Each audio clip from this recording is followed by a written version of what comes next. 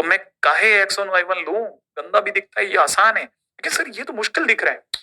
आज दिख रहा है, बाद में आपको बदलेगा। इतने आसान क्वेश्चन कर देता ना, खटखट क्वेश्चन बनते हैं। अच्छा सर ठीक है, चलो मान लिया X square plus Y square में आपने ले लिया, तो आप लोगे कैसे? भाई हम आगे से पॉइंट ही लेंगे। इसका मतलब X is equal to A cos theta लेंगे और Y coordinate A sine theta लेंगे। याद रखना, इसमें गड़बड़ क्या हो सकती है वो भी बताता हूँ। कई बार स्टूडेंट गलत याद रख जाता है, याद रख लेता है लेकिन भूल जाता है। ए cos theta A sine theta की जगह ए साइन थीटा ए कॉस थीटा बोल देता है। आपको याद रखना एक्स ए कॉस थीटा है। चलो एक बात, दूसरी बात सुनो।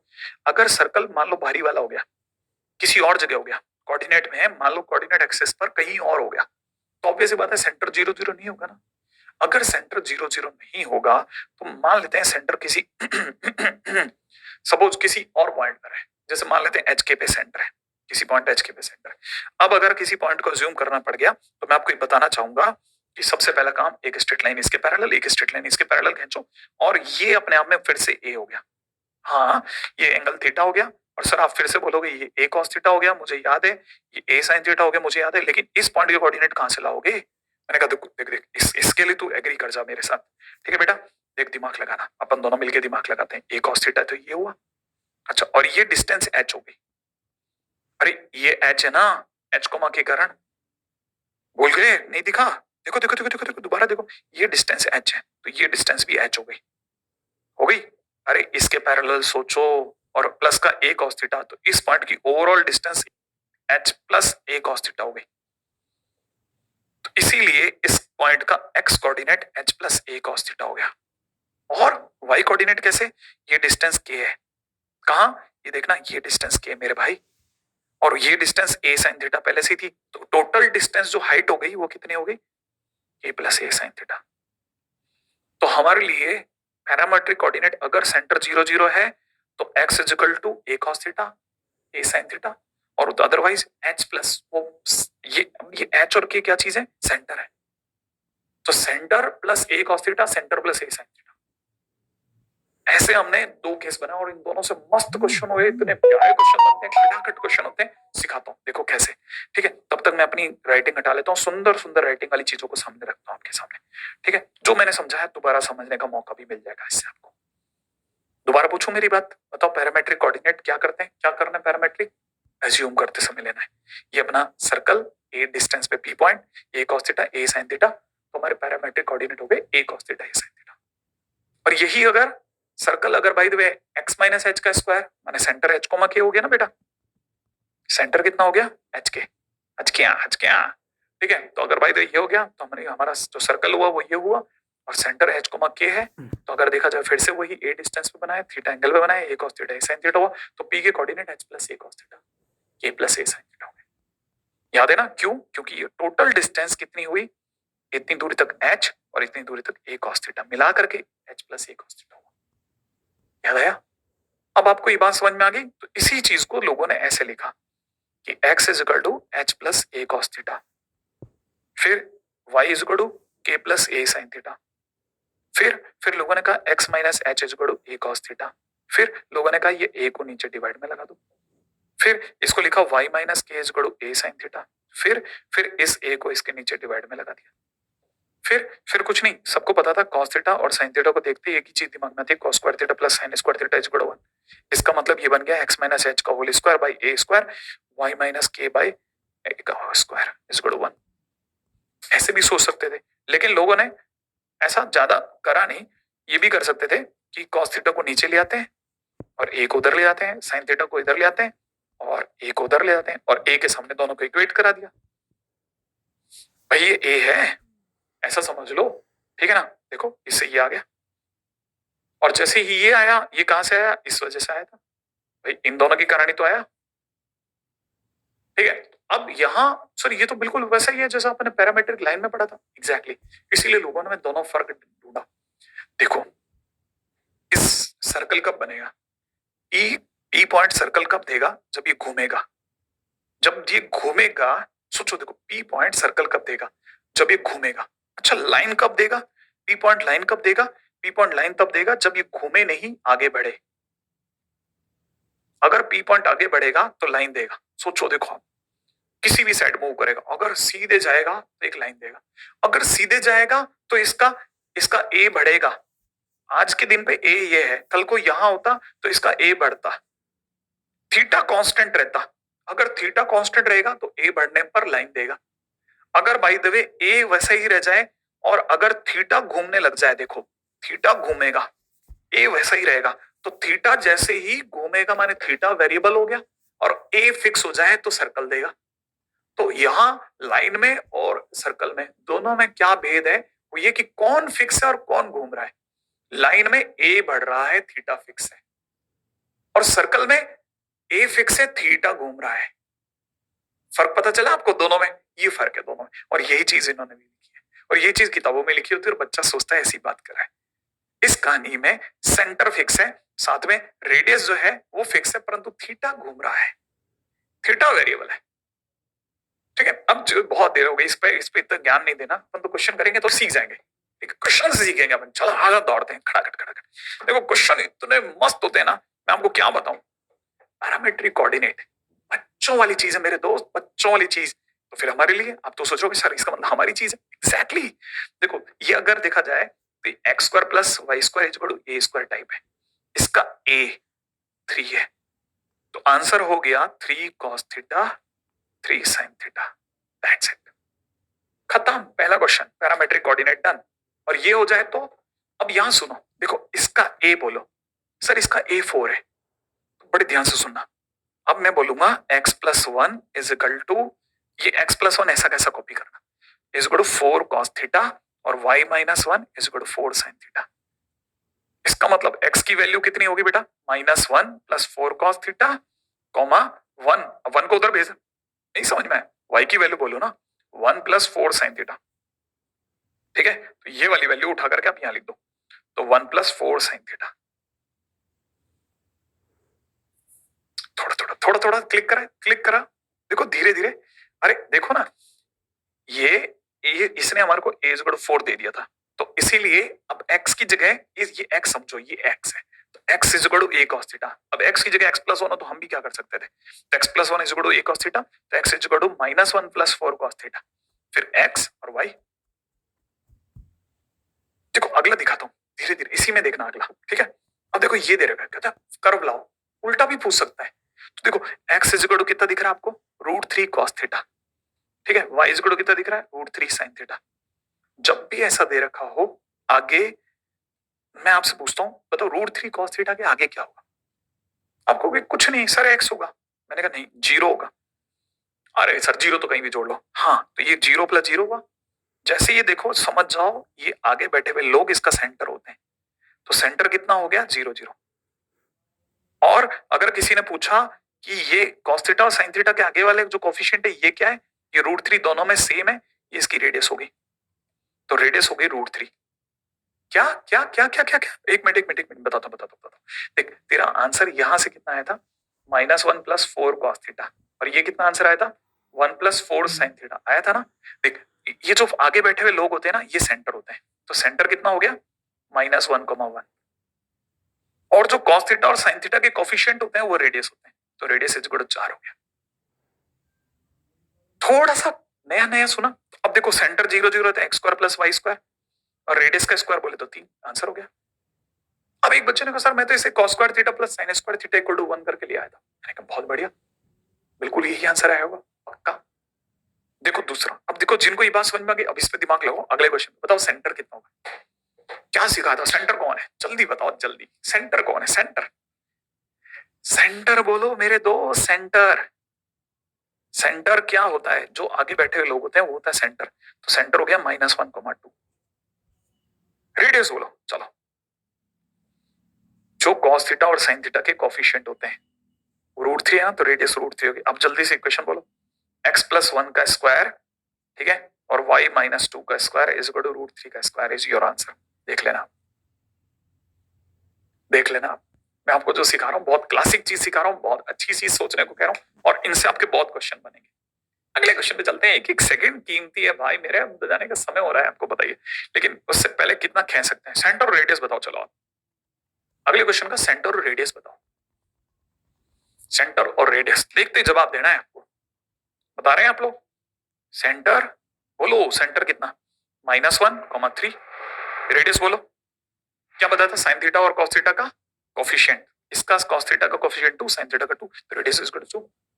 तो आप सर्कल की क्वेश्चन बोलो, x+1 का स्क्वायर और y-3 का स्क्वायर इज इक्वल टू 2 का स्क्वायर। ये मेरा आंसर हो गया। इसे दूसरे तरीके से भी देख सकते थे। कैसे बताऊं? दूसरे तरीके से कैसे देख सकते थे? मैं इस 1 को उधर भेज देता, 3 को उधर भेज देता। ठीक है, तो जैसे मैं इसको ऐसे भेजता तो x+1 is equal to 2 cos theta होता ना। अच्छा, 3 को उधर भेजता तो y-3 इज इक्वल टू इतना होता। 2 को डिवाइड में लगा देता, ये स्क्वायर करके जोड़ देता। तो जैसे मैं स्क्वायर करके जोड़ता, ठीक है, तो स्क्वायर करके जोड़ते 4 cos square theta plus sin square theta बनता और ये 4 होता, क्योंकि cos square theta plus sin square theta 1 होता है। तो अपना जो ये चीज है क्या, सर्कल ही तो है। तो अगर मैं कंपैरिजन करता हूं तो h की वैल्यू कितनी आई? -1, k की वैल्यू कितनी आई? 3 और r की वैल्यू कितनी आई? 2। मिला लो, और वो तो मैंने ऊपर ही लिख दिया था। तो आप इस तरीके से देखोगे तो क्या आंसर आएगा, और देखते ही जवाब दो ना। फिर देखा देखते ही जवाब, सेंटर उठाओ, रेडियस उठाओ, सेंटर उठाओ, रेडियस उठाओ, सेंटर उठाओ, रेडियस उठाओ, सर्कल भी उठाओ। आया? थोड़ा थोड़ा क्लिक करा, हाँ करने लग जाएगा, करने लग जाएगा। देखो है ना, ये यहाँ तक की बात समझ में आ रही होगी उम्मीद है आपको, है ना। अब अगला क्वेश्चन फटाफट से देखें, चलो चलो चलो चलो चलो। अगला क्वेश्चन देखो, क्या है? सरकम सेंटर बताओ अगर एबीसी का। तो ए तो दे रखा है, ए दे रखा है ना। सरकम सर्कल, अरे ये देखो ना, मैं आपको बार बार बोलता हूँ, सरकम सर्कल कब होता है? जब आप उसके तीनों वर्टिसेस को घेर लो। मेरे डायग्राम पे मत जाना प्लीज आप, बस कि सिर्फ काम चलाने के लिए अपन एक सर्कल बना रहे हो, और इसका जो सेंटर होगा वो सरकम सेंटर होगा। ये होगा सरकम सेंटर, सरकम सेंटर कहता हूं मैं तो इसे। ओ, तो आपको सेंटर बताना है, ठीक है ना। अच्छा, इस सर्कल पे 3 पॉइंट है, एक का नाम ए, एक का नाम बी, एक का नाम सी, ऐसा। क्लियर है? ए जो दिया है वो पैरामेट्रिक कोऑर्डिनेट में, ये पैरामेट्रिक कोऑर्डिनेट में, इसमें किसी को डाउट तो नहीं? दे सकता है, बी भी दिया है, सी भी दिया है, डोंट वरी। आप ऐसे कोई सेंटर बता देगा कि देखते ही सेंटर, सेंटर बताना है आपको, सीधा सेंटर बता सकते हो आप, देखते ही बता सकते हो सेंटर। अरे 2,3 देखो ना, सब में 2,3 है, नहीं है समझ में? 2,3 खत्म, सरकम सेंटर। ये यहां से इसने 2 दिया, इसने 3 दिया, 2,3। रेडियस पूछो तो आप बताओ, इस cos थीटा का कोफिशिएंट 1, sin थीटा का कोफिशिएंट भी 1। तो अगर देखा था तो रेडियस इज इक्वल टू में ये कोफिशिएंट ऑफ sin थीटा या फिर cos थीटा, कुछ भी बोल दो, that is what, that is 1। तो अगर किसी ने मान लो मेरे से अगर भाई सर्कल भी पूछ लिया तो मैं बोल दूंगा x-2 का स्क्वायर, y-3 का स्क्वायर इज इक्वल टू में रेडियस का स्क्वायर, दैट्स इट। कितना सिंपल है, सोचिए कितना सिंपल है, कितना सिंपल। अब इसमें मुश्किल क्वेश्चन भी आते हैं, लेकिन उसके ऊपर जाने से पहले पहले इसको पकड़ लेते हैं। ये तो समझ में आ गया। अब सेंटर आते पैरामेट्रिक भी पकड़ में आ सकते हैं ना, उल्टा भी तो जा सकते हैं ना अपन। कैसे दिखाता हूं, देखो जैसे ये क्वेश्चन है, किसी ने पूछा इसकी मैक्सिमम मिनिमम डिस्टेंस बताओ। अब इस तरह के क्वेश्चन में मैक्सिमम डिस्टेंस में चला जाता बच्चा, ना ये अलग तरह का क्वेश्चन है, ये अलग है, ये अच्छे क्वेश्चन में से एक है, समझ के चलना। कैसे? इसको देखते ही सेंटर बोलो, सेंटर बोलो आप तो, सेंटर हो गया। -2 देखते ही 1, -4 देखते ही 2, रेडियस सोचते हैं, आजा बेटा। 1 का स्क्वायर प्लस 2 का स्क्वायर -4, तो प्लस का 4, 3 आ रहा है। आ गया? आप में से कौन जना जानता है कि अगर मैं x बोलूं तो कितना होगा? x इज इक्वल टू, याद है ना, मैंने आपको सिखाया है, मैंने आपको सेंटर उल्टा सोचना सिखाया, तो सेंटर से x और y निकालना भी सिखाया है। इस 1 को देखा 1 लिखा, इस 2 को देखा 2 लिखा, प्लस प्लस r की वैल्यू 3 है तो 3 cos थीटा, यहाँ पे 3 sin थीटा। नहीं है? आ गया? अच्छा बताओ z कितना है? 3x प्लस 4y, यही तो है ना। तो 3x का मतलब इसका 3 टाइम्स कर दूं, तो 3 टाइम्स करते 3 प्लस 9 cos थीटा। 4y कर दूं, 4y करते कितना हो गया? 8 प्लस 12 sin थीटा। हुआ या नहीं हुआ? आप आराम से देखो, कोई तकलीफ नहीं है, धीरे धीरे बिल्कुल आप समझ समझ के चलो। तो 8 प्लस इतना, अच्छा चलो ये मिला के 11 हो गया, और यहां से हो गया 9 cos theta plus 12 sin theta. सही है? आपसे z का मैक्सिमम या मिनिमम पूछा जा रहा है, आपको पता होना चाहिए ये 11 तो कांस्टेंट है, ये तो नहीं अपना मैक्सिमम मिनिमम देने वाला, ये तो पत्थर है। इसकी बात चलेगी तो ये कहेगा मेरी शक्ल a cos theta plus b sin theta से मिलती है, और हमारा मैक्सिमम √a² प्लस b² होता है, और हमारा मिनिमम माइनस में √a² प्लस b² होता है। जैसे ही वो ये बोलेगा हम समझ जाएंगे कि इसका जो ये 9 है ना, इसका ये जो 9 है ये a है। ये a है और ये b है, तो 9 का स्क्वायर प्लस 12 का स्क्वायर, 9 का स्क्वायर प्लस 12 का स्क्वायर अपने आप में कितना होता है? 12 का स्क्वायर 144 और प्लस 81 मिला करके 225 का 15 होता है। तो मतलब अगर किसी ने मेरे से जेड मैक्सिमम पूछा तो 11 प्लस 15 और जेड मिनिमम पूछा, ठीक है, तो मैं बोलूंगा 11 माइनस 15। क्या आप इस बात समझ गए? और यही बात शायद इन्होंने भी करी होगी। सेंटर इतना, रेडियस इतना, एक्स की वैल्यू इतनी, वाई की वैल्यू इतनी, जेड की जगह भरा, फाइनली ये बना और इस जगह पर 11 की जगह 11 और फाइनली यहां तक पहुंचे, है ना। ये वाली साइड में यहां से हटा देता हूँ, हो सकता है ये शायद अपने को कट करे हो, तो ये अपने आप में बन गया 11 माइनस 15 कॉमा 11 प्लस 15।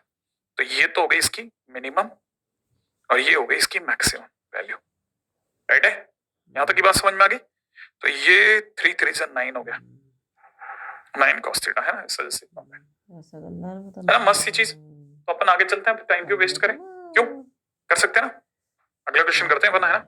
अगला क्वेश्चन क्या कहता है? हो देखो 3 वर्टिसेस ऐसे दिए हैं, जैसे अभी थोड़ी देर पहले दिए थे ना, वैसे 3 वर्टिसेस ट्रायंगल के दे रखे हैं, लेकिन ए को फैला लो अभी से, इससे पहले कि ए कंफ्यूज कर दे। एक वर्टिसेस से काम चल जाता है।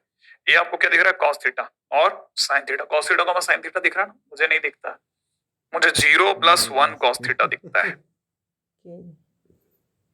Comma 0 + 1 cos theta 1, comma 0 + 1 sin theta 1 दिखता है। ध्यान से देखो आप, मैंने कहा था मुझे हमेशा cos थीटा sin थीटा के आगे वाले सेंटर देते हैं, तो इसको देखते ही मुझे समझ में आ गया कि इस ट्रायंगल का जो भी सरकम सर्कल होगा उसका सरकम सेंटर 0 0 होगा। और दूसरी बात, उसकी रेडियस इनका कोफिशिएंट देगी, इसका 1 इसका 1, साफ पता चलता है रेडियस 1 है।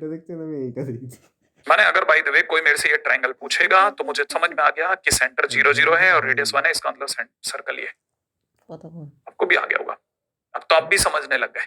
अच्छा, फिलहाल अगले ने पूछा है कि नहीं सब मुझे तो सरकम सेंटर चाहिए, मेरे को तो ऑर्थो सेंटर चाहिए। हमने कहा ऑर्थो सेंटर कहां से आ गया, ये तो सरकम सेंटर है ना। एग्जैक्टली। तो अब आप में से कई लोगों को समझ में आया होगा सरकम सेंट्रो, इसका मतलब ओ आ गया, और अगले ने एच मांगा है, तो एच और ओ में एक जना और रह गया, याद आया? एच जी ओ, याद आया? जी और चाहिए, अब जी बोले तो पास वाले बच्चे, अरे सेंट्रोइड यार, सेंट्रोइड कैसे निकालते थे? हाँ, सेंट्रोइड तीनों का सम बाय 3। ओके, इसका मतलब ये कि सेंट्रोइड बोले तो अगर जी चाहिए तो जी की वैल्यू हो जाएगी तीनों का सम, एक्स एक्स और एक्स का sum, summation of cos theta 1 divide by 3, है ना। तीनों का सम बाय 2, सम बाय 3 और कॉमा तीनों के y का सम बाय 3, तो सिग्मा sin थीटा 1/3। आसान शब्दों में लिख रहा हूं, ठीक है, तीनों को सम करके भी लिख सकता था। फिर क्या, फिर तीनों को एक लाइन पे बिछा लेंगे, अगर तीनों को एक लाइन पे बिछा लेंगे तो ये हो गया। ये क्या चीज है? ये जी है, और ये क्या चीज है? ये एच है। ओ ये एच है क्या? नहीं, ये ओ है और एच यहां है, ठीक है, एच यहां है, क्लियर है? एच जी ओ। और ये किस रेशियो में काटता है? 2:1 के, ठीक है। तो मुझे क्या चाहिए? अब मुझे पता है ये जो भी आएगा ये इट इज इक्वल टू, ये x तभी आया होगा जब 2 मल्टीप्लाइड बाई इसका 0 प्लस 1 मल्टीप्लाइड बाई इसका a डिवाइड बाई 3 हुआ होगा। तो जैसे ही मैं सिग्मा cos थीटा 1/3 इसके सामने बैठाऊंगा तो 3 से 3 उड़ा दोगे, 2 और 0 तो खत्म हो गया, तो a की वैल्यू कितनी आ गई बेटा? Sigma cos theta 1, a equal to आ गया। सिमिलरली जब आप b निकालोगे तो b की वैल्यू सिग्मा sin थीटा 1 आ जाएगी, और उसने a और b तो मांगा था।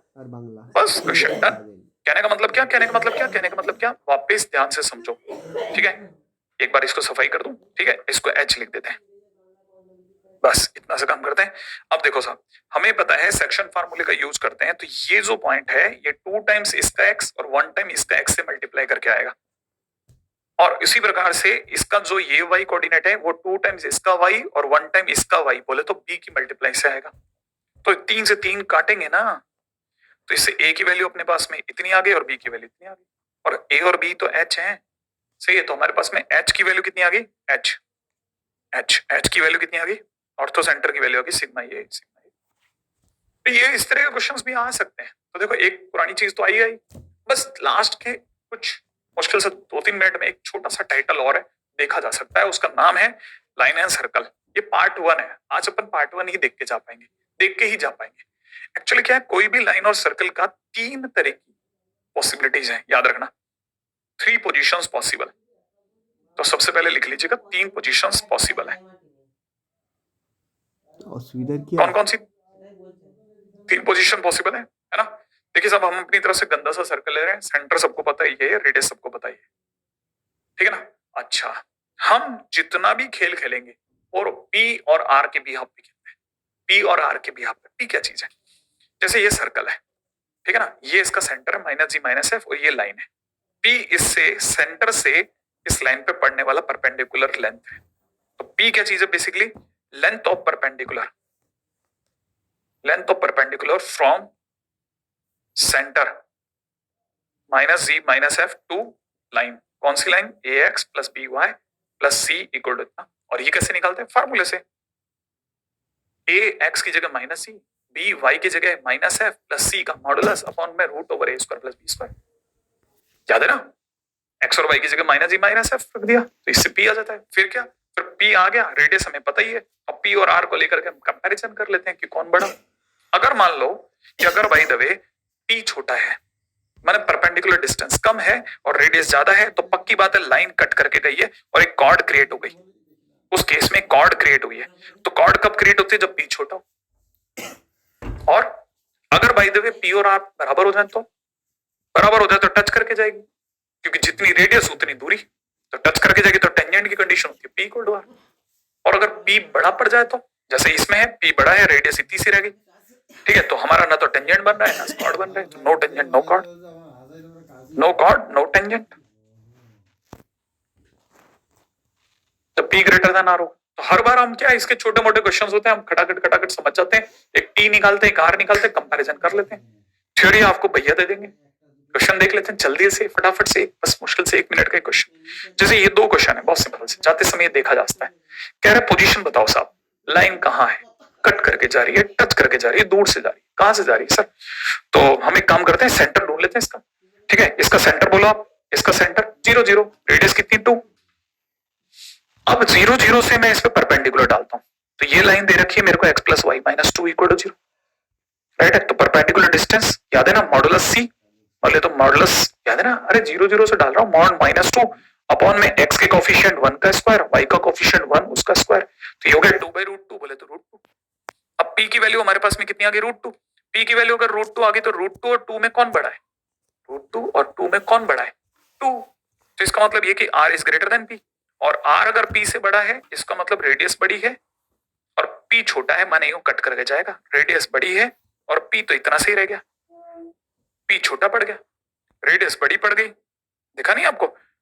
देखो आप, अगर देखा जाए तो रेडियस बड़ी पड़ गई, रेडियस ज्यादा है और p छोटा है। p माने परपेंडिकुलर डिस्टेंस कम है, तो ये कट करके जाएगा, कट करके जाएगा तो कॉर्ड क्रिएट करेगा। तो हम कहेंगे यस ये ऐसा है, और इसका मतलब ये कि कॉर्ड इज क्रिएटिंग, ठीक है। Implies line is cutting circle,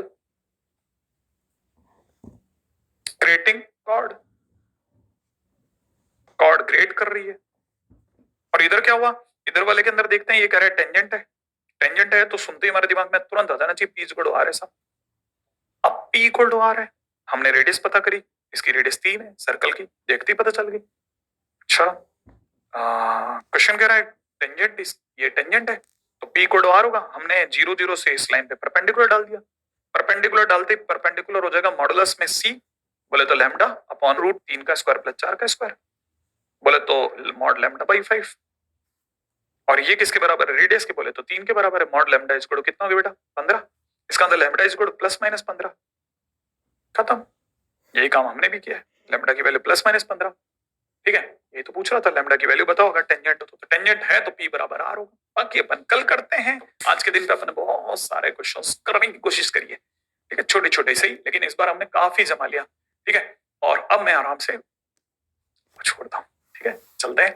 तो वही संदेश के साथ याद है ना, माता पिता की खूब सेवा करें, खूब उनसे सम्मान पाएं, खूब उनका सम्मान करें, और अपने भाई बहनों से प्यार व्यार का माहौल बना के रखें, नोक झोंक बाकी सब चलता रहता है।